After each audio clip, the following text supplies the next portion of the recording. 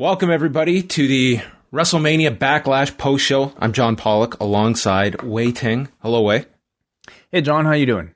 I'm doing well. I'm doing great. I heard you got your vaccine. Yes, I did get my vaccine a couple of days ago, so I am halfway there. How you feel? Identical. I had no issues with it at all. Not anything really. So I can't say I felt a thing. Yeah, I hear like more and more people are getting it right now in our city. Braden got his today, so That's good. We're that much closer to some form of post-wrestling meetup, I guess. Yes, we're all getting our shots so that we can see each other once again. So that's wonderful. So yeah, there you go. It's speeding up. It seems like in the city. It seems like it was a rather slow rollout, but we're getting there. We're getting there. Yes. Well, how's your weekend been? It's been good. Yeah, good. I went for a run actually today because the weather was so nice, and it was pleasant. It wasn't as bad as I expected. It was kind of weird using like those muscles for the first time in a year because I don't think I've actively like gone for a run like since last year. So I'll probably feel it tomorrow. Well, that's good. It's good to have that feeling after kind of reminding your body it can move in certain ways. It's like a good kind of pain to have. Yeah, I think so. How about you? I did not go running today, but I was out. It was very nice out today in Toronto. Very gorgeous day out. So I spent a lot of it outside. There's only good news actually today. This is very unusual. We're usually quite doom and gloom when it comes to our daily lives. When we venture outside? Yeah, no, I have no complaints. I had no issues. No sandals breaking for you? Nothing breaking at all. I was out and about in the street and everything went according to plan. So I don't have any complaints. I have nothing bad to say. We save the complaining for this show, perhaps. Yes, we will get to that as well. Let's get right into it. Tonight was WrestleMania. ... It was a huge night for the company on Peacock. Everything had been centered around this night at the Thunderdome. Championship matches, long rivalries coming to a close. So if WrestleMania is the granddaddy of them all, is this the granddaddy? This is the weird uncle. This is the weird uncle that says, hey, I've got a great idea for a promotional tie-in. This is the guy who claims to be your long-lost biological father, who has really no claim and is just some crazy dude off the street. Yeah, it's the guy that just looks up your area code and cold calls you in the middle of the night, claiming to be a family. This is the family member that you get the random email from saying, I'm in this part of the world, please send money. We're related. Yeah. Look, we have the same, like, I have the name in I'm called WrestleMania. Of course I'm family. Well, WrestleMania ... began with the kickoff show. We had Caleb Braxton, Booker T, JBL, and Peter Rosenberg. The key parts of the kickoff show, if you can call them that, was Dolph Ziggler and Robert Roode attacking Dominic Mysterio backstage, which, I mean, anyone can do a backstage attack, but they did introduce a couch as a weapon. Sure, yeah.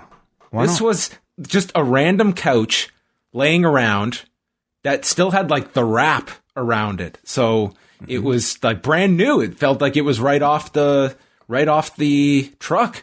And they took this couch that was just sitting there minding its own business and they tipped the couch on top of Dominic. You ever had that happen to you? It's probably not pleasant. Someone tip a couch on top of me? Yes, it would hurt somewhat, but of the available weapons you would have backstage at an arena, a couch would be very high on the list of like cushions landing on you. Like if I'm going to have something dumped on top of me, I'll take the couch. Like I'd rather that than a giant desk. I'm willing to bet the couch might hurt more than, like a table. Going through a table. It's heavy.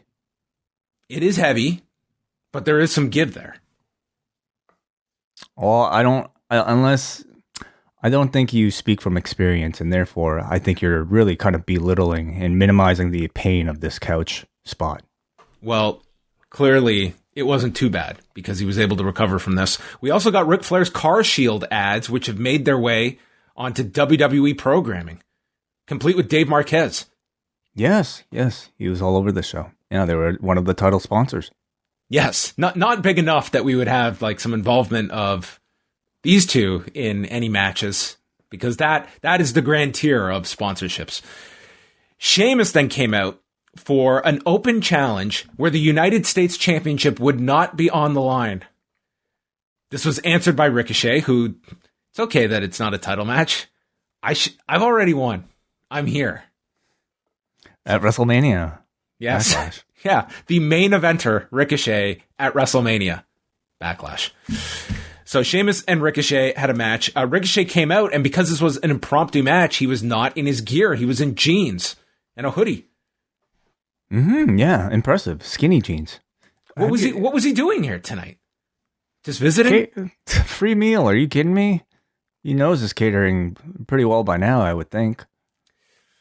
So Sheamus beat him down. Ricochet fought back, and then Sheamus got staggered with this leaping kick, and Ricochet got a sequence here, including a quebrada. Sheamus is selling the ribs, and then takes a backstabber, and Ricochet hits a springboard 450. Sheamus kicks out, then goes to the top, setting up for the 630, but Sheamus rolls out of the way. Ricochet sidesteps the brogue kick, gets a roll up for a 2 count, and then Sheamus is up and drills him with a knee and pins him with the knee strike in 7 minutes and 11 seconds. So Sheamus fails in the non-title match, and Ricochet fails. Yeah, Ricochet fails, but he did get the moral victory after by stealing Sheamus's jacket and hat, as Corey Graves got to make a Jake Paul, Floyd Mayweather Jr. reference to their hat angle earlier this week. And pretty much like the exact same post-match we got with Shinsuke Nakamura and King Corbin on Friday.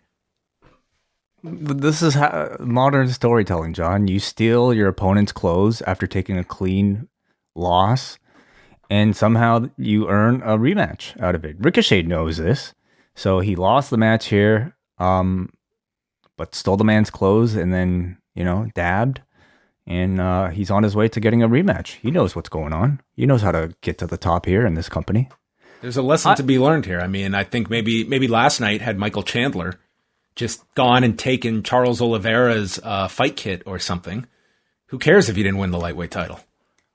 I think the key is to come out with no clothes, or at least as few clothes as possible. Therefore, your opponent can't steal your hat, and therefore, feud ends, right? Ricochet also, he did give all this back and then ran in fear of his life from Sheamus. So there was that as well. It is kind of weird how like these angles. I liked the Nakamura crown stealing angle because it's Nakamura with the crown, but I mean, this was whatever. Like I don't know how much effort, to be quite honest with you, that they're putting behind this story. Who knows if Ricochet was even supposed to figure into this with Carrillo's injury and everything.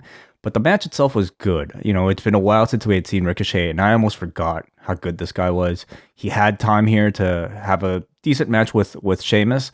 I can't tell you that I'm that excited about the rematch, though, because I thought all the dancing stuff at the end was about as corny as you would expect. I did, however, watch this on the YouTube. So there's like a live chat that's going on, and people were laughing. They seemed to have a great time.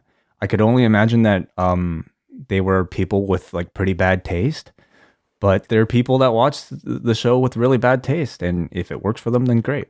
Oh, there is an audience that has absolutely no standards, that will accept anything. Like, you could literally go on this program and throw feces at the camera, and they would say, wow, that's never been done before. It's the first time we've ever seen something like that happen. Like, there is that subset of fans that exist.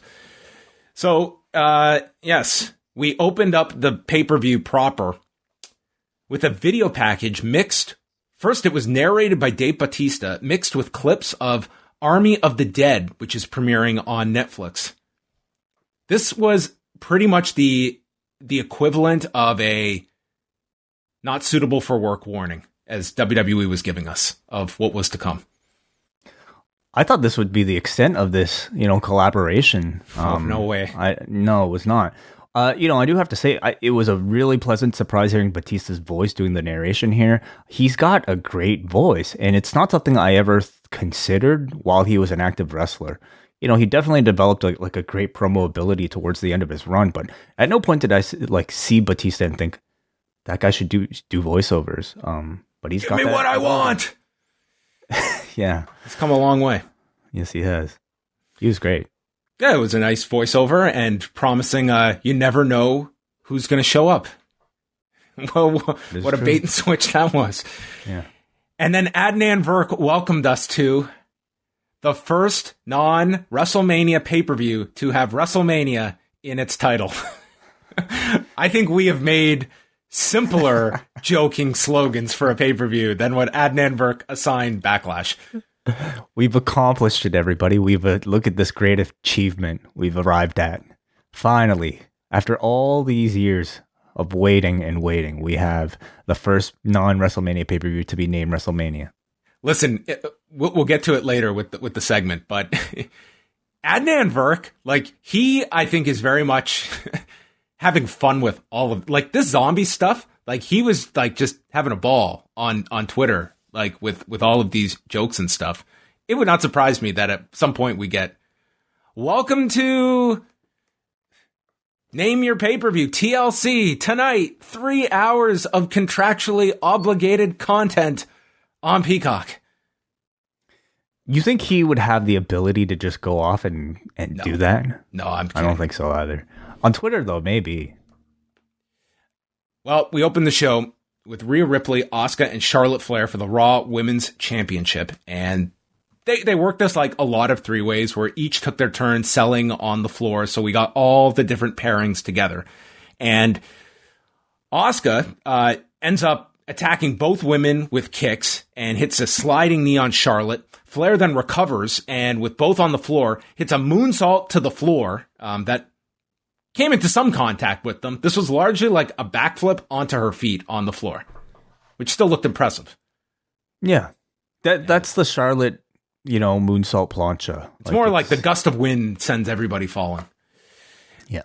Inside, Ripley and Asuka hit a double superplex onto Charlotte. Charlotte then came back and hit both with chop blocks and a double natural selection and tried to pin both simultaneously, which they both kicked out of together. Flair then is hit with a code breaker. Asuka blocks the riptide, and we're just going through each one, going for their big spots. Flair rolled away from the Asuka lock. Figure 4 gets blocked, and then Asuka runs into a boot from Charlotte on the apron. And from the boot shot, it sends her into Rhea, who hits the riptide, and Ripley pins Asuka. And I'm watching this, and they're going in tight on the two of them. Charlotte has just hit this boot from the apron, but then after the 3 count, she has somehow found her way onto the floor and could not break up this cover. Well, did you notice this? She was tired. It was like the she end of hit the the match. kick and was standing there on the edge, and then the 3 count was like the riptide was hit, the 3 count was hit, and I don't know if it was just like some maybe it was too far. For her. But we don't know. She took herself further away from the pinfall. It was the momentum off of the kick delivered to Asuka that sprung her back to the outside. Well, anyway, 15 minutes, 22 seconds. I actually thought that this was like a fine 3-way match. I enjoyed this more than I did Ripley and Asuka last month at WrestleMania. I think Charlotte did add to this match. Fine opener. I'm not going to go crazy about it, but I thought it was a good match. I really liked the match. The pace I thought was really fast and very entertaining throughout the entire thing. I think all three actually have great chemistry with each other. And, it didn't feel like just a match where 2 people took part in the middle while the other just slept on the floor. I thought they were pretty consistent with their sequences involving all 3 that were logically designed. And I think in many cases, very creative. I thought, Rhea, we've seen a little bit of sloppiness between her and Asuka in recent weeks, but I didn't feel like you saw any of that here. I thought everything was the best I thought those two gelled, because I have not seen, those two had that terrible television match a few weeks back. This to me, they gelled much better, and I think Charlotte greatly enhanced this match too with her involvement. This pay-per-view, I think, really showcased a great sampling of WWE's, one of their signature matches, and that is the triple threat. You had two versions of them on this show, and I thought both of them very good. And starting with this one, this was the Rhea's first title defense. I understand that they're going to, they're taking her seriously. Obviously, they gave her the belt win at WrestleMania, but I really now hope that they have a chance to fully define her character, because I think even a win like this is pretty meaningless as long as Rhea Ripley continues to exist in this like odd, ambiguous, is she a heel, is she a babyface kind of state, and also watching back these like the promo packages at the beginning of these matches, usually they clean these up so well that everybody comes across pretty well. But instead, I just felt like these video packages highlighted how stiff Rhea Ripley's delivery has been as she's trying to deliver these types of scripted promos. So it's, I think, a combination of herself not knowing what her character is supposed to be, coupled with like maybe bad dialogue, maybe in just her lack of comfort being in this kind of different system from NXT, that I really hope they get to work on after this. Yeah, and afterwards, it was very evident that they're going in the direction of Ripley and Charlotte in a singles program. You had Charlotte point to Ripley and the title. She was the one that did not take the fall. So I think that's where we go. And yeah, I think you need to really make give some depth to Rhea Ripley, which would be pretty much anything at this point. Yeah. The Miz and John Morrison are in the back talking about this lumberjack match, and Miz blames Morrison for losing on Monday to Damian Priest, setting up this whole mess. And Morrison is going to persuade the whole locker room to help out the Miz so that they can fall for our thirst trap. And Miz asks Morrison if he knows what a thirst trap actually is. Yes. And what is it, John? A thirst trap? Yeah. Why don't you Google it? It's okay. Okay. Maybe that's going to be Morrison's gimmick now. That should be his finisher. The thirst trap? Yeah. Just pulls out his phone and goes through like his catalog that he's got there. Oh, is that what that is? That's what you could go through. There's a recap of Ziggler and Rude's attack on Dominic from the pre-show. The trainer says he can't wrestle tonight. Dominic wants to go anyway, but Ray just won't allow it. He says, "Son, I've got this." So Ray comes out for the match all by himself to take on Dolph Ziggler and Robert Roode. Rey Mysterio doesn't have one friend in the locker room. This is one of the nicest men in professional wrestling. A legend to some of these people. You're telling me that Ricochet wouldn't want to do double duty? You're telling me no one in the locker room would offer their services to Rey Mysterio given this disadvantage? I don't know. COVID protocols. Who knows like how many people they allow back there just hanging out. Got tested and everything. Yeah, there were no extras on this show at all. So yeah, it's very tough. He could have asked a zombie. It's true. He wasn't thinking, was he? So it's 2-on-1 for the first half of the match, and they're beating down on Rey Mysterio. I think Rude and Ziggler are a tremendous tag team. I they've shined for a long time together, but I don't think they really get that credit. Bobby Roode just turned 45. Fantastic. I just think both of them, just their tag team chemistry, their double team maneuvers, like everything is crisp. It's solid. I really enjoyed like the handicap portion of this, even before Dominic got involved. Like they're a very, very well equipped tag team in a company that doesn't really specialize in that many tag teams. They're very fundamentally sound, solid tag team with characters that I think are painfully stale and absolutely completely generic. But the company, I suppose, needs bodies like that. If this was maybe a company that really valued that sort of fundamental worker, there might be more effort put into story for these two. But I really just kind of think they're like the mechanics at the moment who you kind of slot into any sort of feud that might require them. So I can't really say I have a whole lot of interest anytime that they announce a Dirty Dogs match. But when in the body of a match itself, especially on a pay-per-view, you can expect some really solid work. So part of the enjoyment of this match for me was Rey Mysterio turning the ring into a water slide, because he came up with every incarnation of that slide to the floor and what he could do with this. We saw him slide through Rude's legs, through the apron, onto Ziggler on the floor, landing a splash. Then, when the heels had the heat, they slid Ray off the apron into a super kick from Ziggler. Looked great. Looked fantastic. And this is what I mean when I say, like, you know, the characters are very stale, but can you imagine if, like, they had a name for that spot? If that was a regular spot? If, like, even that assisted finisher that they do, like, can you even name a double team finisher that Rude and Ziggler actually have? Like, do they have something? You can't, right? There's no name for it. Meanwhile, like, 3D, like, much of that gimmick was just based off of their fucking finisher. They got over just based off of that move. Why couldn't we have put the same effort into the Dirty Dogs by this point, this far into their run? But absolutely, this was cool. And did you notice that Dolph slapped his leg? He's like, fuck that, son. I'm slapping my leg.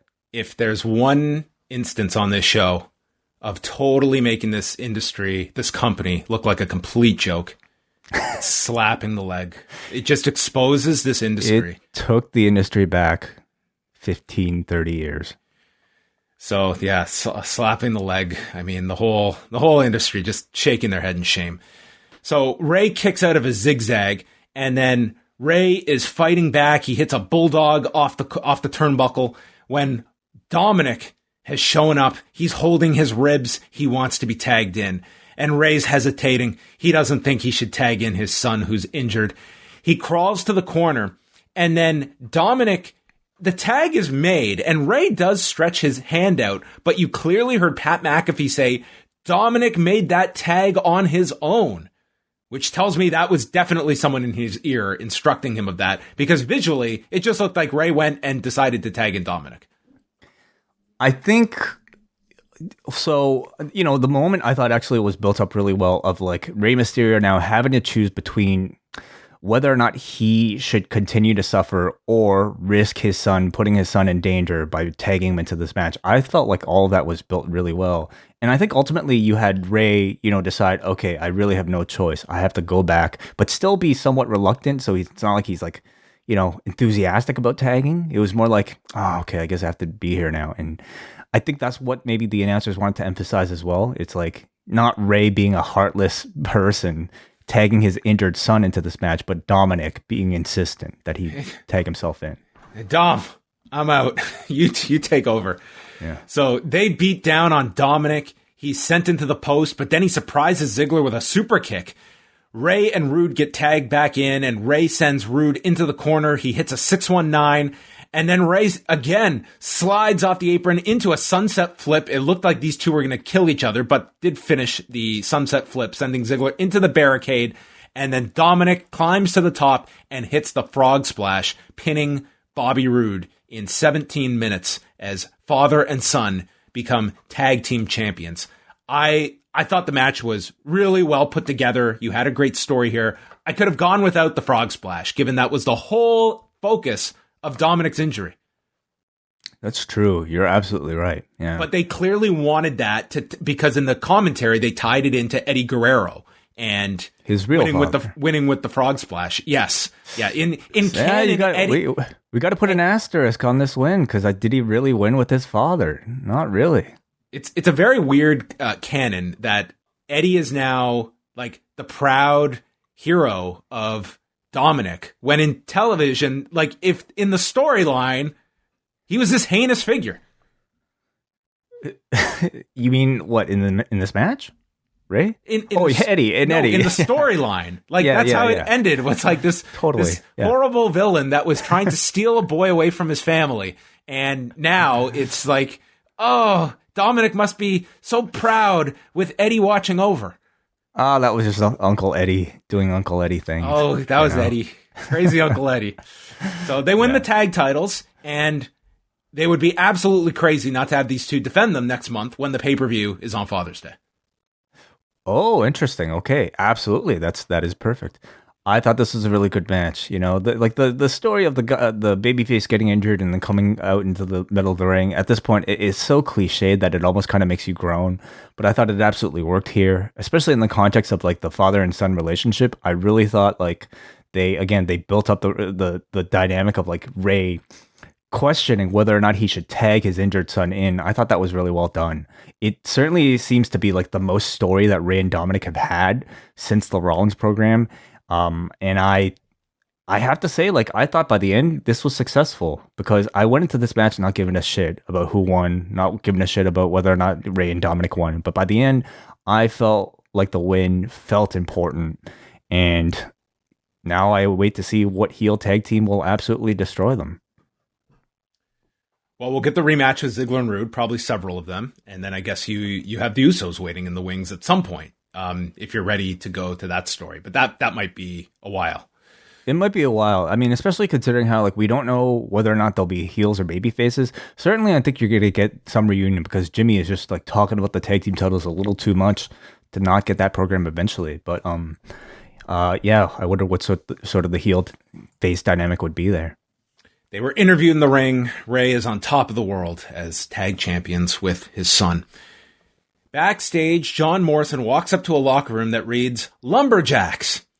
He opens the door, and it's a room full of zombies.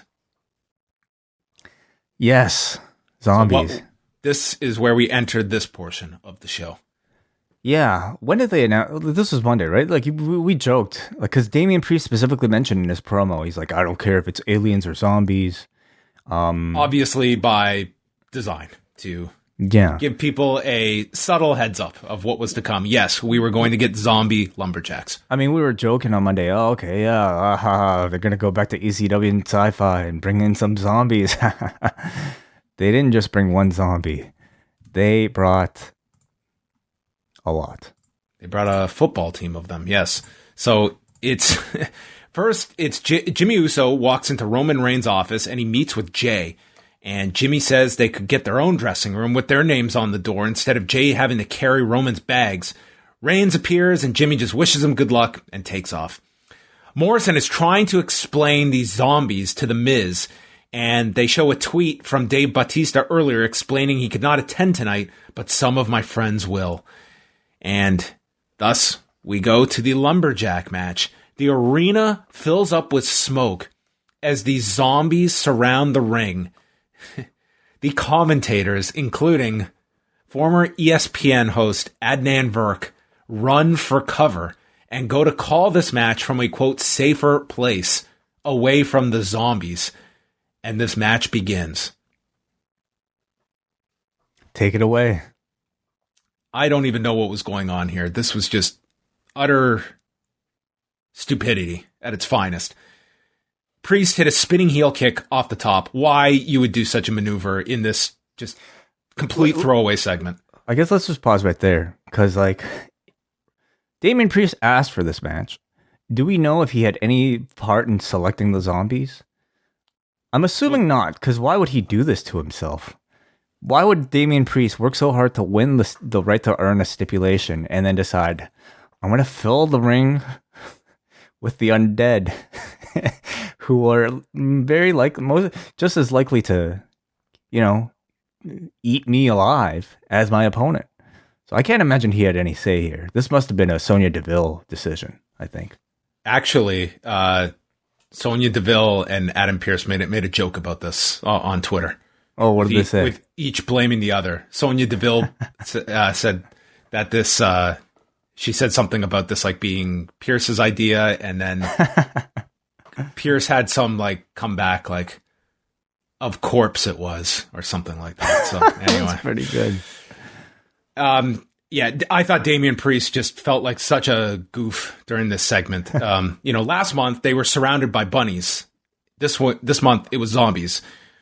Priest and Miz work together to attack the zombies. I can't fucking believe this. They're fighting off the zombies together. Then Miz goes for a high five and he's hit with a broken arrow. Morrison hits an enziguri from the apron, setting up a near fall, and then two zombies take John Morrison behind the guardrail, so presumably he's dead. Priest hits the lights for the victory in 6 minutes and 54 seconds, and then the zombies all devoured the Miz. Mm-hmm. This was unquestionably one of the stupidest segments in wrestling history. I'm going to add to the fact that it means nothing.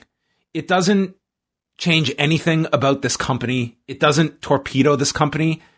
It's more so just an indication that they can do this stupid shit it really doesn't matter. We can like call it out for being utter stupidity, but it is what it is.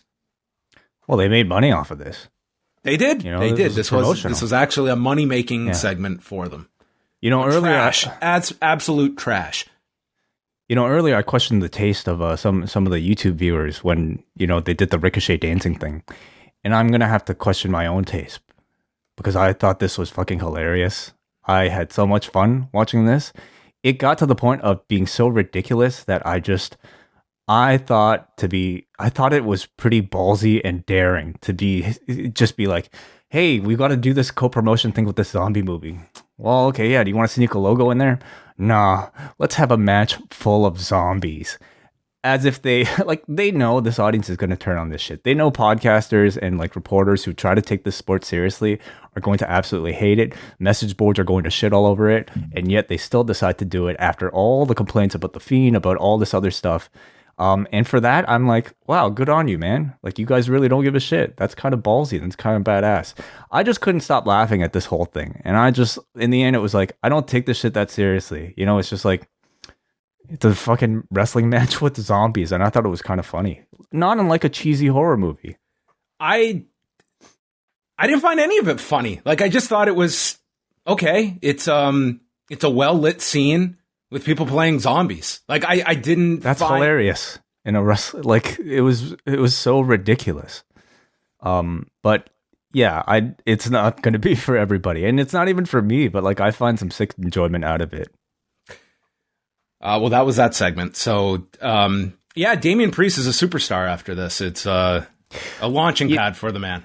You know, I will say, like, they seem to be using him and The Miz a whole lot for their marketing. You know, crossover types of things. First it was Bad Bunny, now it's this Dave Bautista thing, or this Army of the Dead thing. So, I mean, it shows a level of trust in both he and The Miz.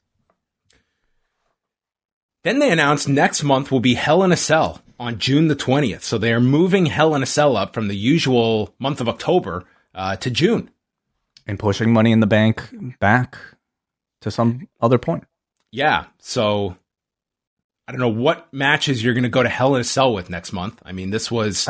The zombie thing would have been great in a Hell in a Cell. Imagine being in a Hell in a Cell with zombies.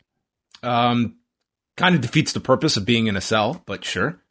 They could escalate to that. You don't have really anything... You're pretty much starting from scratch for a Roman feud, and I guess you can go to Lashley and Drew in a Hell in a Cell. It could do that, yeah. I mean, we could have something involving Jimmy Uso and Roman, potentially. So, yeah, we'll see. Whatever the main event is supposed to be, they'll put it in the cell, and you'll have your pay-per-view. Well, that's it. I don't think you have any programs that are ready for a Hell in a Cell. It's just June is Hell in a Cell month, and we're going to put our top feuds inside of a cell just because. Yeah, that's usually the case. Again, Jimmy is with Jay and asked what he'll do when Reigns loses the title. And he said the locker room door should read Roman Reigns and his bitch. Dude, Jimmy's a bit of an asshole. Is he, though? Come on. He's just trying to wake his brother up from this kind of subservient slumber. Is this going to wake him up? Just reminding him? Like, the guy's literally made a t-shirt inferring that I'm not a bitch. Can you say the same? Listen, he is a marketer as well, okay? He knows, like, he's like, hey, the word bitch, like, that's pretty hot right now in 2021. I'm going to take it over. So, yeah. Shit, Jimmy, like, you didn't wrestle all last year. You made your downside. I mean, you're in a pretty bad spot if you're not linked with me and Roman. Like, you're going to be on main event too. So, wake up. Well, he is involved. He's like, he wants to be opposed. He wants his singles match with Roman. He saw what Jay accomplished in the singles match. He wants to maximize this. So he's getting the singles match out of Roman, and then the tag team, and then, you know, maybe a bit more later. He's booking long-term for himself. Yeah. Bianca Belair and Bayley for the SmackDown Women's Championship. Dude, I'm serious. I couldn't even get into like the first half of this coming on, like having to follow the zombie stuff. I was just totally taken out of the beginning of this match. It's a bit of a transition. Yeah. Belair teased whipping her ponytail, but resisted and told Bayley not to touch her hair. So they're going back and forth. Belair lost her cool and attacked Bayley with a series of strikes. And we do have a name for Bayley's finisher, the Rose Plant. The Snapmare driver? Yes. The Rose Plant. Okay, what is that supposed to mean? What's a Rose Plant? I don't know. And what does it have to do with Bayley? I'm just relaying the name of the move. Rose Plant. Yeah. Like a rose? Like an actual rose? That's a plant? Could be. Like she's a gardener? Like she's planting a rose? Like the act of doing this? Well, she's planting someone's head into the mat, so you have that. Why rose? Why not a rose? Okay. Somebody's telling me her middle name is Rose. Is that it? Is that a reason to name your finisher? Her name is Pamela Rose Martinez. All right, cool. So you would have the William Driver. The William Driver. Yeah. Why do you call it that? My middle name, William. Yeah, mine would be the Chung Suplex.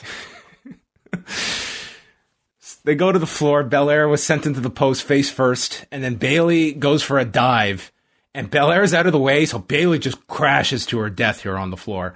Bayley starts arguing with the referee after using the rope for leverage and then gouges Belair's eye, who sells it huge. Bayley takes the braid of Belair and uses it to twist Belair around into the Bayley to belly, which was a fantastic near fall. It was a great setup, great near fall. Then we continued with the braid, and Bayley wrapped it around Belair to attempt the rose plant, but it gets countered, and the idea was Belair was going to use her braid to tie Bayley's legs for the pin. Unfortunately, the braid forgot its spot and totally messed this up, and it was just a messy finish. Belair, this was the ending, 16 minutes and 5 seconds. It took me a while to get into this one because of what they had to follow. Literally livened me up after seeing the zombies. And then it really got going. And then the final few minutes, I thought they were really clicking. Finish just got messed up, unfortunately. Yeah, she seemed to lose grip of the braid at the end there. So I feel like it looked decent enough that they can justify whatever story that they're trying to do here. Because after the match, you had Bayley complain about the finish. She'll probably complain about, this weapon being used illegally to build to a rematch. I think they could still get away with it. Time for a Hell in a Cell. It's time. It's time. It's escalated. A hair in a cell. A cell made out of hair. Sorry. Maybe Bayley's growing that hair. Her hair is like growing out and stuff. She's got it all frizzy. Maybe we're building to a hair match. Oh, that'd be great. Are you kidding me? They couldn't do it last year with Mandy and Sonya Deville. Maybe Bayley's kind of part way there. She cut her hair, her ponytail off. She's been shaving more and more of it every single week. So I think she's just got a little bit of a ways to go. And I'm sure she'd go for it too. I'm sure she would shave her head for the. A hair versus hair match. I almost feel like is too big of a stipulation for Bianca Belair to do at a Hell in a Cell. That's something you say for a WrestleMania. No. You say I would hold that off to maybe like SummerSlam or something. But what a perfect stipulation for her. The threat of Bianca getting her hair cut. I love it. I thought technically this match was fine, but yeah, I for some reason I couldn't get really connected into it either. I don't know if it was the zombies or it was something else. Don't give them such a pass here. It ruined the portion of this show. Something that I really felt was missing in this match. Obviously, you can't really compare this to the Sasha match because you did not have a quarter of the atmosphere of that one. For historical context. They were going nuts. They were yelling EST, didn't you hear? Oh, yes, of course. Yeah. This was a really lively computer, yeah. So it didn't really match that, but I feel like the match itself was kind of missing some of your super strength spots from Bianca Belair that I thought really showcased what was special about her in that WrestleMania match. Like the spot of her walking up the steps with Sasha on her shoulder. I kind of wanted to see a few more of those. Instead, Bianca just kind of felt like was just kind of playing your generic underdog here that really anybody could have played, who was capable enough. Nothing that specifically said, okay, this person is special. Kevin Patrick interviewed MVP. They talked about the dynamic of a triple threat match. Yes, someone is at a disadvantage, primarily the champion. Bobby Lashley, Drew McIntyre, Braun Strowman for the championship. These three came out, and it was pretty much go, go, go for almost 15 minutes. McIntyre reluctantly worked with Lashley for a double team vertical suplex on Braun, and then Strowman comes back, and he comes off the apron and crashes through these two on the floor and rotated himself over. Yeah, he almost landed on his head. Yeah, Tope Con Strowman here. Toke Braun Strowman. Yes, nice. Very good. Very good. Strowman blocked the Hurt Lock. McIntyre comes off with a cross body. Like, these were big dudes doing a lot of dangerous stuff with one another. Lashley drives Drew into the post on the floor, and then Strowman attacks Lashley with steps, and then Braun is sent into the zombie graveyard with a claymore. Very dangerous when you go over that barricade. I think they're like, the rule with zombies is if you get bitten by a zombie, you turn into a zombie. So I have to imagine both Miz and Morrison are going to be zombies now. Great. From this point forward. Awesome. That's great. Drew McIntyre and Lashley fought onto the stage, and Lashley was thrown into the set with an explosion going off, which was so lethal, he disappeared. Yeah, burns. Drew's checking on him like he's gone. He's just gone into thin air. So I'll tell you what, okay? At least the explosion went off.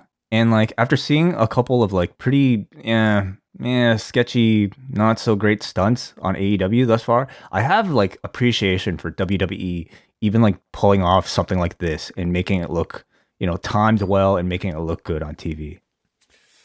So Strowman and McIntyre are left in the ring. McIntyre busted out a Michinoku driver. Then the Strowman Express gets stopped when Drew holds on to him for a belly-to-belly, and Strowman, holy Christ, this dude should not be taking belly-to-bellies on any regularity. This is pretty nuts to get this guy over as he did. Like as you often have the case now with like these sort of like super heavyweights who are so incredibly athletic, they kind of came out here and they wanted to have like a cruiserweight type of match, or at least Drewserweight match. Man, wow, on fire today. So like they're able to do a lot of spots that they usually wouldn't be able to do with smaller opponents, and that I thought made the match special. So Strowman, after this belly-to-belly, catches Drew and power bombs him through the desk. Inside the ring, McIntyre recovers with... These guys were just on special for the whole match. They just recovered from this. McIntyre hits a claymore, but then, poof, Lashley's back. He throws McIntyre to the floor and hits Strowman with a spear, and he pins Braun in 14 minutes and 17 seconds. This match was you and your buddies playing like with 4 controllers and just mashing every fucking button for all it's worth and just destroying one another. And it was super entertaining. Yeah, really good. Yeah. Like we've seen this type of stuff from like heavyweight combinations that, I think more, very famously with like the Brock Lesnar style of matches, you just kind of come in here and you sprint and you just kind of like spam finishers. This wasn't exactly like that, but the pace was kept up really well. And, with the added dynamic of it being a 3-way, again, going into this match, I was not excited about it at all. In fact, like the 3-way stipulation, I thought, just kind of took my interest out of it. But in execution, I felt delivered something that was very unique and tremendously entertaining. They made Braun look really good here by having the two of them, Bobby and Drew, constantly have to team up to face him. Braun, I thought, was kind of like at his best, like when he's just playing monster, doing crazy shit, like jumping off of aprons and delivering sentons and things like that. So despite him taking the pin, I thought he looked very special in this match, but I don't know where you really go with him. But it seems like this is building up to a Bobby and Drew rematch. I think that's probably a Hell in a Cell match, I would think. Like something should be on the line. The thing is, like, it was a pretty conclusive end at WrestleMania, and I wouldn't say I was at least open-minded to the finish at WrestleMania, but I can't say they came out of it and really capitalized on it at all. Like with Drew kind of selling that loss, it was almost as though they just moved on from it. So, I mean, you could just put some stipulation right down to it's Drew's last chance at the title or something of that nature. But that does seem to be where they, I think with both three-ways for the Raw titles, it was the idea of building the singles matches out of these triple threats. I think Bobby is like still really hot right now, or at least like he feels like he has more to accomplish with this title reign. That I'm almost hesitant to do the rematch with Drew because I don't really. I don't see them being Drew again. I think if it's him and Drew in a Hell in a Cell, unless you're going to do some really wonky finish to send Drew off into another feud, I think he's got to win at that point. I think so. The thing is with Hell in a Cell, I don't think people view it as this match that's the be all end all. Like you can do. You can have people show up. You can book your way out of a Hell in a Cell, which wasn't always the case when it meant more. I guess the other question is, who else is there right now on Raw that you could put into this main event mix? Well, that's Randy's in a tag team. You know, like who else is there? I guess the Fiend. AJ's in a tag team. I mean, you've got, you know, it's very slim pickings when it comes to the babyface options for Bobby Lashley. Then Roman Reigns was in the back and left Jey Uso in the back, telling him, go find your brother. So Roman was out with Heyman, and we get Roman Reigns and Cesaro closing the show for the WWE Championship. Pat McAfee's audio was a mess at the beginning, so they had to clean that up. And Cesaro got the early advantage, but then Reigns went after Cesaro's right arm, and this became the focus throughout the match, attacking the arm, driving it into the post, and constantly going back to this. Cesaro was going for the sharpshooter numerous times before he would finally get it late in the match, but Reigns would continue attacking the arm. He used a drive-by, sending Cesaro's shoulder into the post, and then attacking it repeatedly, and Cesaro just hits him back with a discus lariat that further damages the arm, but takes down Reigns. Cesaro's fire was incredible in this match. This guy wrestled, both of them had a tremendous match, but this was an unbelievable performance by Cesaro. As we expect, yeah. Cesaro could not hit the neutralizer because of the arm, so Reigns goes to a Fujiwara armbar.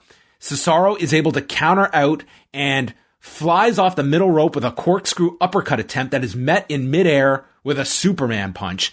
Reigns puts on the guillotine, and Cesaro stands up, slams himself free. He goes for the sharpshooter. It's applied, but the legs slip out from his bad arm, and he's just holding on to the legs of Reigns, and then transitions to the crossface. Reigns breaks free. He's on top, dropping strikes, and then Reigns uses an alligator roll to get to the guillotine. Cesaro lifts him up. He tries to slam Reigns, but again, the guillotine is in tight. Cesaro tries to break the grip, can't escape, and he eventually goes out at 27 minutes and 30 seconds. This was spectacular. It was a great match. Really well told body part story with the shoulder here. I thought Roman continues to show that he can deliver these very lengthy and very technical matches, especially, of course, you know, with opponents like Daniel Bryan and opponents like Cesaro. But I feel like this just kind of adds to the excellent Roman Reigns championship run that we've had over the past several months. And for Cesaro, you know, this is to me, he didn't really prove anything that we didn't already know. Okay, the guy can have a really good, like, how long was this, John? 20 minutes? 27 and a half minutes. He could have a great 30-minute match. Yeah, it's no secret. And I think that was the entire reason why we had this push to begin with, was like for this moment, him being able to headline a show with a great 30-minute match. The question is, do they see enough in him to continue him in this spot? Not just as an in-ring performer, of course, but as somebody that they can see eventually holding the championship.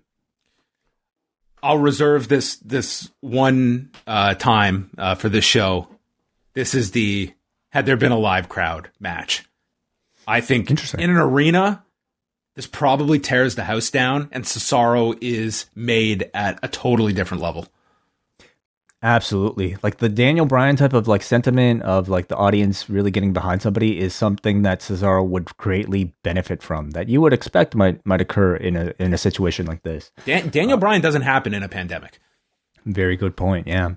Also important to know, this was a totally clean finish. No Uso involvement at all. That's right. They saved all that for afterwards, and there was a lot in the post-match. Cesaro is selling. One thing, it might have been lost on people, but he sold and you see this all the time when a guy gets choked out.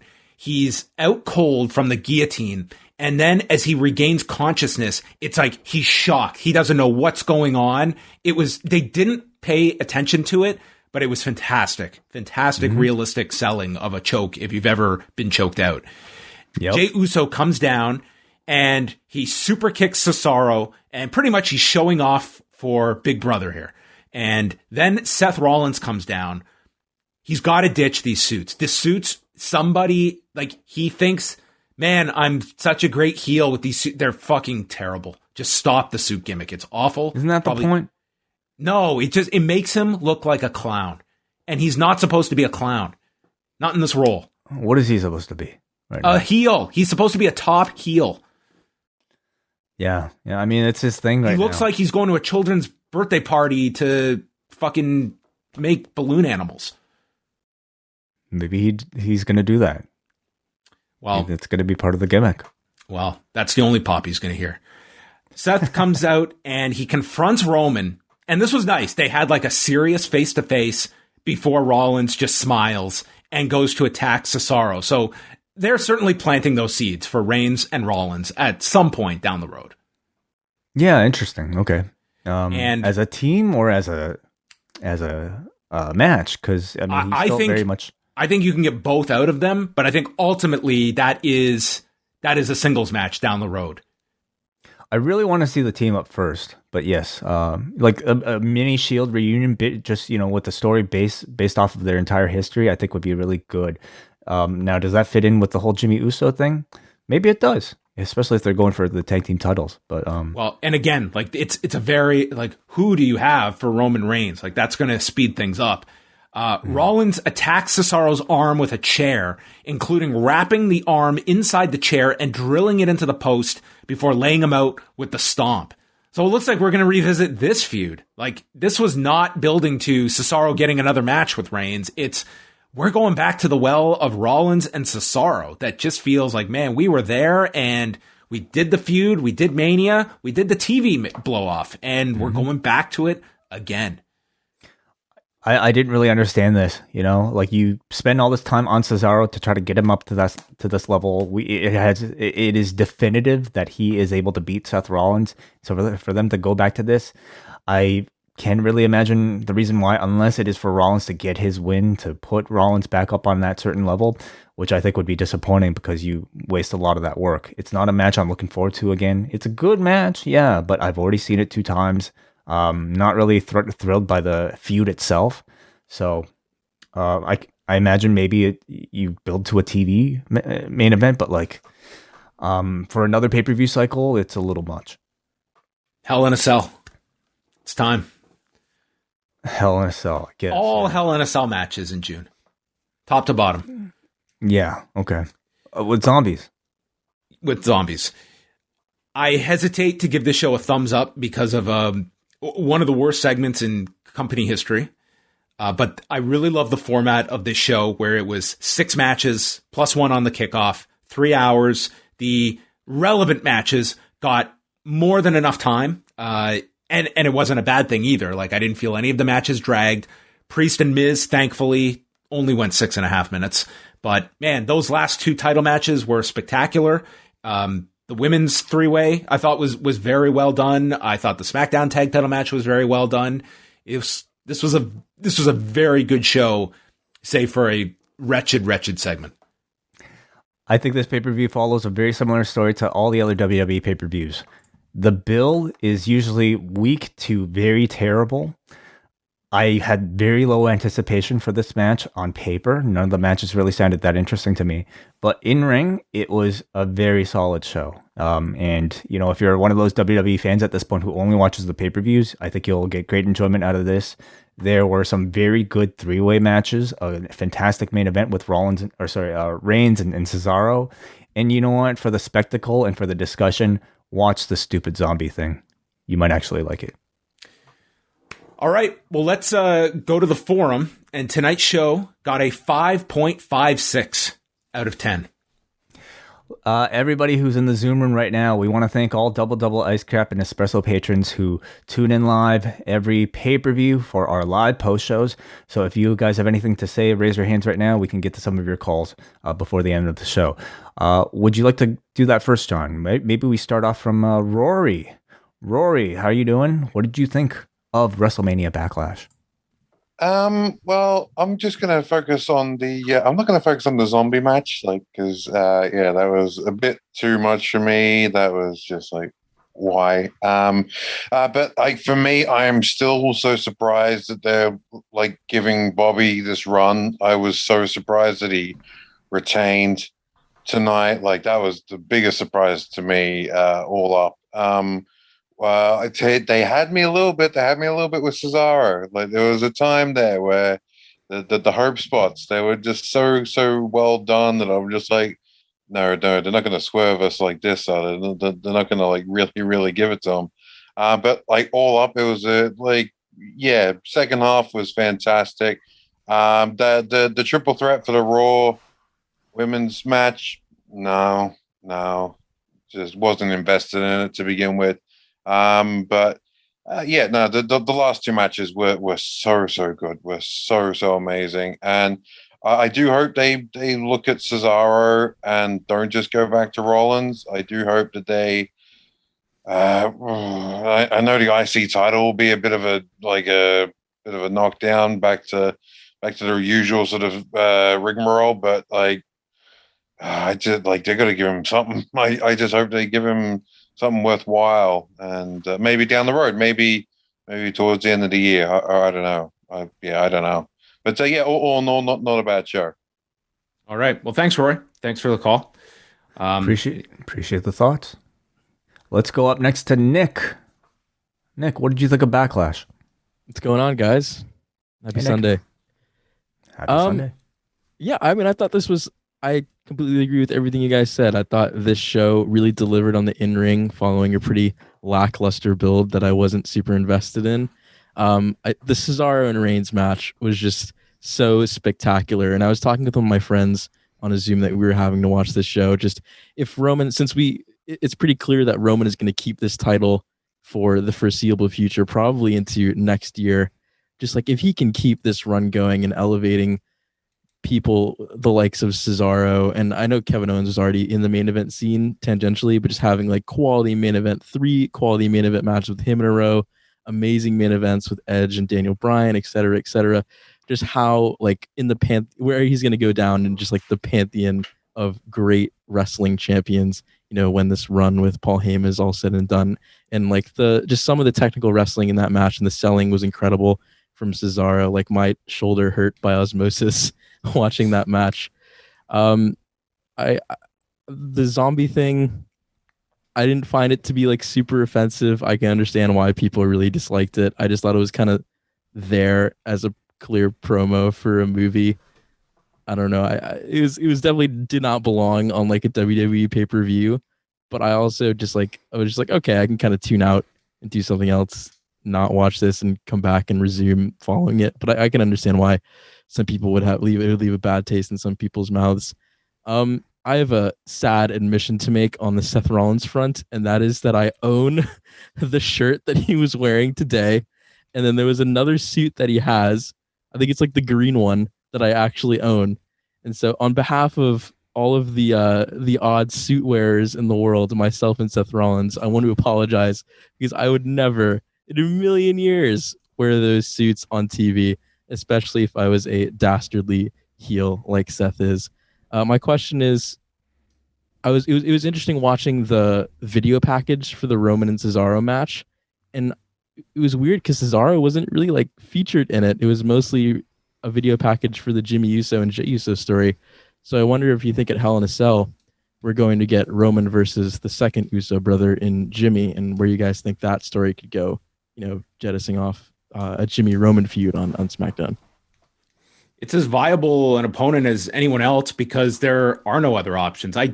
tonight was not designed to be a follow-up with Cesaro. I think that was pretty clear by the end of it. And Jimmy Uso is you have 4 weeks till your next pay-per-view. So I could certainly see that being the only option you have for Roman Reigns, unless there's some choice out of left field that isn't apparent. Yeah, I agree. I think it plays well off of the prior program that Jay and Roman had. And it'll be a storytelling match, and with the family ties, I think it immediately warrants maybe a bigger stipulation. So they can really put anything there, and I think that's just as good of a choice as any. Yeah, I think there'd be kind of a perfect symmetry to it. You do one brother at one Hell in a Cell, another brother at the other Hell in a Cell. Anyways, thanks guys. Amazing show as always, and appreciate Thanks, you. Nick. No shame in the suits, Nick. Okay, whatever you want. Thank you. I appreciate it. Everyone makes mistakes. Let's go to Hansi. Hansi, how did you like Backlash? Sorry, Hansi. I was I thought it was a really fun pay-per-view. Other than, listen, as much as bad as the zombie thing was, I gotta say what's his name? Corey Gray was in rare form during that match. At least I laughed at a couple of the lines. Like, he made some Walking Dead references, and he told Batista not to bring his friends to the next WWE event and all that. I thought that was kind of funny, but I don't know, man. I don't know how you really explain that. I just think Priest, I don't know. It's just like, he got a bad bunny rub, and now he's like doing this stuff. So I don't know if he's not in a better position. I just want Miz and Morrison to kind of just break up and have a feud themselves a little bit. But as far as everything else, man, I thought like the storytelling in this pay-per-view was really, really good. I thought the Dominic stuff, that I just wish the tag division was more prioritized a lot better and like how other companies are. But everything else, man, Cesaro and Reigns, that's probably like one of my favorite matches of the year, man. That was like, as a Cesaro fan, like, that was probably like a really, really crazy match. And I like that no one got involved. I thought there was going to be like some funny business. And I agree with Nick. I was going to say this myself, that with them bringing Hell in a Cell back, that's probably a good way to either have Reigns versus Jimmy, or maybe because since Jimmy is kind of insulting Jay, I think maybe more it will probably be Jimmy or Jay maybe. But I would be down for a Roman and Jimmy feud, because I think that would tie everything together. And that's basically all I had, man. Thank you guys for doing the show, man. It was a pretty fun show. Thanks, Thank you, Hansi. I mean, it also goes, I mean, the fact is, like, they're making this conscious decision to move Hell in a Cell. So it's obviously being done for a reason. You would assume like there was a thought in place that would require this. So maybe that will be played out this week, and that would be the program that you would associate it with. Do you find it interesting that they aren't saving Hell in a Cell for potentially when they open back up to fans, and instead potentially maybe delaying Money in the Bank to a period where they might have fans? No, I really don't look at any of these stipulation matches. I mean, any show would be better with fans. I don't think it's such a terrible thing that it's not. I mean, at the same time, like, you're still just in the infancy on Peacock. Like, you're trying to do big shows that are going to grab people. Like, look at the marketing of tonight's show, WrestleMania Backlash. Like, what are we going to come back with next month? What's a big thing? Hell in a Cell. I think that's probably part Money of in the Bank is too, though.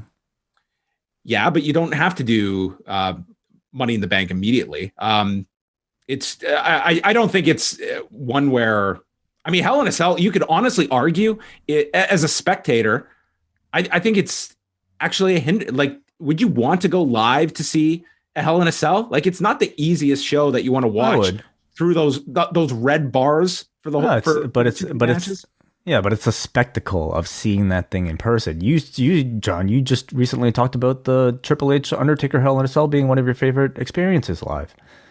So it's a spectacle, yeah. But yeah, I do wonder maybe what was the thinking behind pushing this one or swapping this one. Just on the Damian Priest note, I really don't see this tonight as any sort of demotion. I think it continues to show that they have a lot of faith in him to do something that is important to the company, like a cross-promotional thing like you saw tonight. it would be a demotion if he was on the kickoff, if he was not on this pay-per-view at all, or in just a meaningless match. Instead, I would say he was in a pretty prominent match. I don't think I wouldn't interpret it at all as a demotion, to your point. I just don't think it's, I just don't think it's, he's in a spot right now where you take him in a very significant light. And, you look at the names, like he would be one near the top of the list of someone that would be on the cusp of being programmed with a Bobby Lashley if you need baby faces. Again, like this is not like make or break anymore in 2021. You can do this kind of shit. And I think it's fun to shit on this stuff, but I honestly don't think like the days of like, this is going to cause any kind of massive change. I don't think even like people look at characters as like there's any death character anymore, any gimmick that is a total killer. It's like everyone kind of is at this level. It's very few that get to any kind of higher superstar level where this stuff would kind of make a difference. Let's go up next to Brandon. Oh, whoops. Wait a second. I think I hit the wrong button here. Brandon from New Jersey, are you there? I am. How are you? Almost lost you there, Brandon. How you doing? All good. Is this a ransom note that you're trying to like call in here? Are you like covering the receiver? No, not at all. Why? You sound muffled. Are you like? It sounds like you're on AM radio right now, and I don't have a great signal. Okay. Is that a problem? Okay. Right. I couldn't find them. I misplaced them. I think they're in my car. Anyway, yeah, I thought the main event was awesome. Last two matches. Question about Rollins' suit game. You think he should follow around Corey Graves since he's a snappier dresser? Like they should like do like the William Regal type of gimmick where they take him to dress him up in different suits to make him look better than that garish suit, that garish affliction like suit he was wearing tonight. Yeah, maybe he could trade tips with Reginald. That's right. What do you? So you think that Cesaro's gonna stay in the main event game? I hope so. I thought he looked awesome in this match. In that match, it'd be disappointing if he is kind of relegated a little bit. I mean, I don't mind him feuding with Rollins and whatnot, but he looked kind of dope tonight. He was fantastic tonight, but I mean, unless that would have been quite the waste of an angle if he's not doing anything with Rollins after. I don't think he could have performed any better, but I think you can look at the whole lead up of the past 4 weeks. It's like he was our challenger of the month who we're going to set up for Roman, but never once did I feel like this is the guy that we are pushing at a special level. I mean, he was pushed to a degree over the last 4 weeks and got his pay-per-view match. And I think I don't think that this is necessarily some like coronation. As Wai said, like he did tonight, what people are aware of this guy being able to do the last 9 years he's been on the main roster.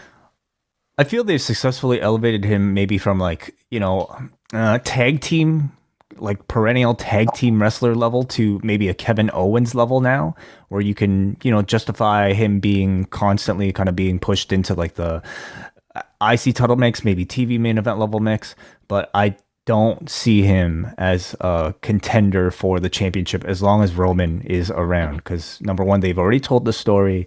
And two, I feel like there were struggles in trying to push Cesaro in their WWE TV way throughout these couple months. They've had to rely on people like Rollins to do the bulk of the talking. Even these past few weeks, they've had to rely on like Jimmy Uso and that storyline to really kind of carry the show, with Cesaro just kind of being there as sort of a promise that, hey, you're going to see a great match at the end of this month.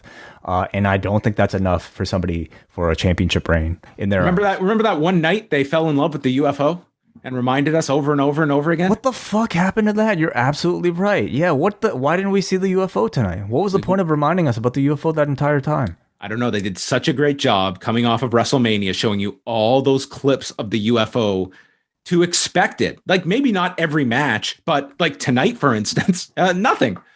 Like I totally forgot about that. You're right. Awesome. It's it is unidentified, I guess. It was a swing and a miss from them, right? Oh, get out of here. Bye, Brandon. I love you guys. That was actually pretty good. Let's go to the forum right now, and we'll start off with Aaron from Brampton. I'll start things off, John. Aaron says, that main event was incredible. As for Roman, he has to be the best thing we've seen in pro wrestling in years. I hope Kenny Omega was watching and taking notes on what a real main event heel looks like. Based on the finish of the show, can you guys see Seth and Roman having a two-man power trip type of story? I think you can tease, like, you can go in different directions, but I think, yeah, you could do the subtle alliance and eventually, like, again, you need opponents for Roman. Like, if you want this title reign to go long, it's pretty slim pickings right now on SmackDown. So yes, it is. Yeah. So, I mean, if you're looking at a big opponent for SummerSlam, potentially in front of people, that's as big a match as you can make right now on SmackDown, given who your roster is comprised of. They have the time if they want to do the Rollins turn, but I mean, as a character, he feels so far away right now. But it's by the time Roman's done, I definitely think you have to get to that match. B from New York. Excluding the sponsored content, this felt like every single match went above and beyond expectations across the board. Would you agree with that? Went above and beyond? Yeah, I would say so. Because I had very low expectations. I would say that, except for, I would say Belair and Bayley underperformed. Sure. Looking towards the main event, we knew how it would end, but it was great getting to see Cesaro have his one-on-one moment in the sun. That said, moving forward, if we're heading towards Reigns-Uso Redux at Hell in a Cell, consider me excited. And don't worry, everyone, I hear the 4-hour Snyder cut of the Zombie Lumberjack match is incredible. We got a counterpart who said, or Rich in East Selkirk, who says, okay, the Spaghetti Western rating system is back for this one. The good. Most of the in-ring tonight. Even the Lashley Braun Drew match was over-delivered, but the best match was a Cesaro Roman bout. Major props to Bianca Bayley after, well, the bad. Just the fact that TV is going to range from horrible to passable, going to Hell in a Cell, and the ugly, the Lumberjack match. Or as I thought, the worst thing I've seen on a show this year, to paraphrase the classic comic series, Transmetropolitan, the word fuck typed 10,000 times. That was my reaction to the whole match. A total embarrassment. On the whole, other than that, stuff at the bottom of the grocery store compactor of a match, a relatively okay show, a 7 out of 10. Guillaume from Laval. I was really looking forward to Reigns and Cesaro. It delivered and exceeded my expectations. I'm happy to see Ricochet back to Raw. I hope he will continue this feud with Sheamus until Hell in a Cell, but does that mean Humberto Carrillo's injury is more... I wouldn't read too much into a kickoff match, really. There was, with... tomorrow, like I would assume we'll get an update on Carrillo tomorrow, but I mean, at least as of like Monday night, like he was said to be like okay once he got to the back. Which of the upcoming movies of 2021 do you see WWE partnering with? For example, A Quiet Place 2, where the wrestler can't make any sounds, or West Side Story, where wrestlers perform in a musical type of match. Oh man, the possibilities are endless. Yeah. What's coming out? Maybe I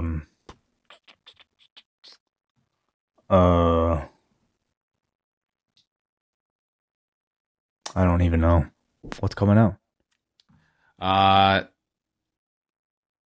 What's the next Marvel film? Black Widow? Tough to do a tie-in with that one, isn't it? Yeah. No. Zombies just, I guess it's so obvious. Yeah, it's so obvious. Like, yeah, of course we can do a whole match for Army of the Dead.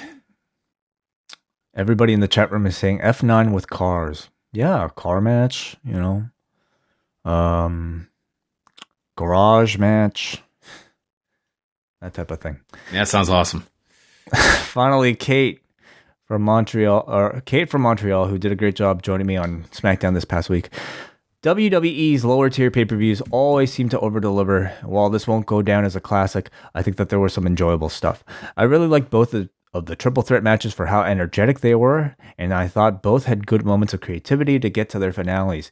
Even though it was clear who was taking the pin in both, I don't feel like any of the participants looked weak. The tag match was fine, but I never felt engaged with the story. It was a nice moment for Ray, at least. Bayley and Bianca had a good match, albeit with a weird ending. I suspect we'll see them back at Hell in a Cell, along with Lashley, Drew, and Charlotte and Rhea. I was hoping that Cesaro would be allowed to shine a little more than he did, but he did a great job of playing the resilient hero who would just not back down. I thought it was the right call to not have him hit the swing because it kept things serious. Given that the ending was pretty much a foregone conclusion and that Cesaro didn't ever feel like a viable threat, I thought that the main event was a bit long, but I can't blame WWE for maximizing the time. There is a part of me that wouldn't mind seeing Seth and Roman feuding while they're both playing variations of the man who thinks he is more interesting and important than he actually is, but I don't think it would work over weeks of TV. And that is definitely everything that happened on Backlash. Nothing else. Correction. The first non-WrestleMania pay-per-view to have WrestleMania in its name. It's a monumental night, yes. A huge night in the history. All right. Well, thanks, everybody. Hey, before we go, first of all, the schedule this week. What's coming up, John? That's a good question. On this week's schedule, we've got a review coming out of TNA Unbreakable 2005 that I still have to watch. Yeah, that is, of course, Samoa Joe versus AJ Styles versus Christopher Daniels. I mean, what a week to talk about Christopher Daniels' most famous match. So join us as we talk about some TNA from 2005 on Rewind Away this Friday. Also, it's the return of the wellness policy. And it'll be me, Jordan Goodman, and we'll be joined by a graffiti artist named David Speed. And some of you may remember him from this wonderful mural of Brody Lee that popped up all over the internet shortly after his passing. He does some incredible work, and he'll be joining us to talk about creativity. So I'm really looking forward to that conversation with Jordan. That'll be Thursday at 3 p.m. as always. And then we've got all of our regular shows coming out. We'll be live Monday night after Raw at 11:15 Eastern, after Dynamite on Wednesday, and Friday for SmackDown. There'll also be a post-pro-res next Sunday with W.H. Park, who will be joined by Dylan Fox on the program, so you can look forward to that. And all of this can be found at postwrestling.com. You know, because I feel like we have a bit more time. Did you want to share any thoughts on some of the things that you didn't get to speak on, whether it be like Nick Gage or New Jack or anything else? I mean, the Nick Gage documentary I found to be like, it was interesting to see both of those characters kind of in the spotlight over the span of 24 hours and looking at them. I thought the Nick Gage documentary was, you know, I thought they got a lot out of this one individual, and it was a episode of Dark Side of the Ring that did not have, you know, like a giant list of interview subjects in it. Like it was a relatively small number that they had in this. And I thought that Nick Gage came across as somebody that I think you, the viewer, you're probably rooting for this guy. It was like a really kind of sobering note at the end where he's kind of looking at his own mortality and how long he's going to be around. While at the same time, I think you can look at, you know, some of like the way that David Arquette match goes down. And I think that that's one of those things where, you know, and you can cross this over to New Jack as well, is like that no matter what type of professional wrestling you're talking about, like there is the trust that unifies it. And you can certainly look at it being broken in that particular match with David Arquette, where he went in with, you know, one request of don't cut me. And that was not adhered to. And, you know, you look over at New Jack. I mean, he is someone that I think people can recognize this was an unbelievably charismatic individual who was a phenomenal promo, but somebody that also represented so much stuff you don't want part of professional wrestling that was, you can't glorify. It's like he was involved in some of the most horrible things of the past 30 years in professional wrestling, with some of the incidents, like with Eric Koulos, and you know, you look at those incidents and it becomes like a very difficult individual to kind of break down, like the good and the bad. But I think I think in light of his loss, like you look at just what an unbelievable presence that this individual had, that when you're comparing Nick Gage or New Jack, I think Jon Moxley summarized it really well. It's that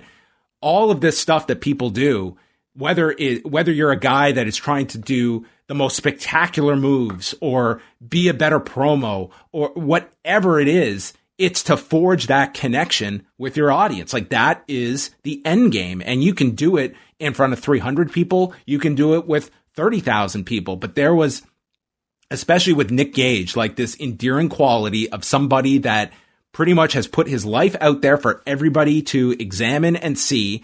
And many of who have some unbelievable stories of him in person at these shows of just what an admirable individual this guy has been, and maybe an unlikely source of a lot of that for people. So he's a very interesting figure, I think, in professional wrestling. But I think Jon Moxley really hit it on the head. It's that this guy, he is not on national television every week, but when you see some of his performances at those GCW shows, it is pretty striking to hear that audience that lives and dies with this guy because of that realness that comes with him, the good and the bad. And if people want to hear more of John's detailed thoughts about that documentary, he did write a lengthy article about it at postwrestling.com. So do check that out. All right, that's going to wrap things up, but we will be back on Monday night following Raw, 11:15 Eastern for Double Ice Cap and Espresso members of the Post Wrestling Cafe. Thanks to everybody that joined us live tonight, and that's going to wrap it up for us. And that concludes our post show of WrestleMania